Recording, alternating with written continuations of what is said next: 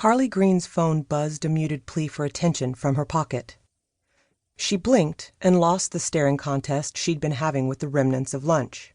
3 shot glasses coated in the ghosts of tequila, and that last swig in an otherwise empty bottle of Miller Genuine Draft. She pulled her phone free and pushed the button to light up the notification screen. Curling her lip, Carly slumped in resignation and slid a 20 across the bar. She shoved the phone back in her pocket without responding to the message and nodded at the bartender. "I'll be back, Jen. Lake Superior's coughing up her dead again." The bartender grimaced. "I'll keep your seat warm if you promise to keep the details to yourself." Carly nodded and turned, squinting as she reached the beam of sunshine at the doorway. She almost ran into the silhouette of a man before she blinked the darkness of the bar away and sidestepped the approaching form in the doorway. "Hey, Carly."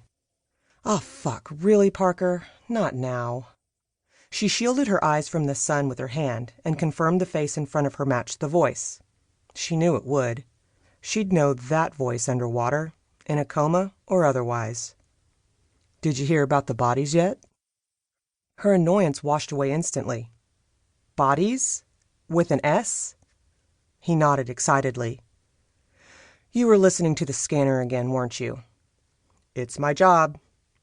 "No. Your job is to report the news, not make shit up based on a cheat sheet for scanner codes and your imagination." "Ouch, Carly, that hurt." "Not as much as—" She huffed and held back her venom. "I have shit to do. All I know, all I can tell you on the record, is I'm needed at the mouth of the Nemadji." She turned and headed to her unmarked black sedan. "I'll follow you." Carly let her mind wander as far as she could from the reporter visible in her rearview mirror. She noted the waterlogged lawns, brim-filled drainage ditches, and dark, bottomless puddles as she drove. The spring had been fast and furious. Between the thick lake ice melting too fast as temperatures rose too quickly, to the heavy rains having nowhere to soak into because the ground was still frozen and hard as a rock.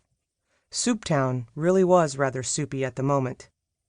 Carly thought, and as usual, when the thaw happens too fast, that bitch of a Great Lake floats something up from the depths of winter's abyss.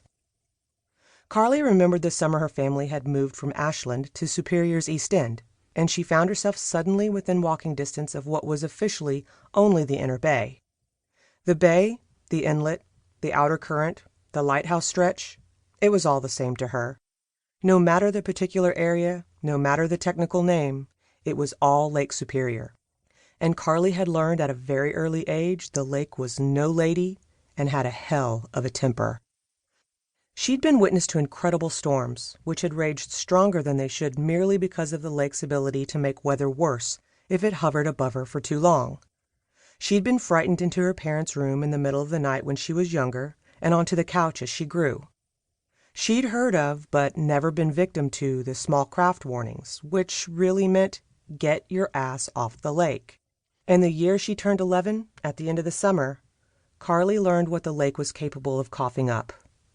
Memories, pain, death. Rather than being pulled from the depths by the thawing ice of spring, little Sarah Jane Preston's body had been dragged from her resting place by a vicious late-season storm. Carly shuddered as she remembered the vision.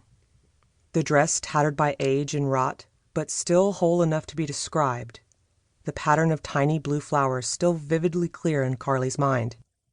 The girl's blonde hair had been bleached to an almost translucent state during her time beneath the frigid waves. She remembered the cop tripping in the wet sand and jarring the body, causing the head to roll toward the onlookers, sending a squeal of horror through the crowd and giving Carly nightmares for months. That was the first time Carly had heard the term floater in reference to the dead occasionally coughed up from the depths of the Great Lake. Today, she was the cop. Hopefully, she wouldn't trip in the sand and cause nightmares.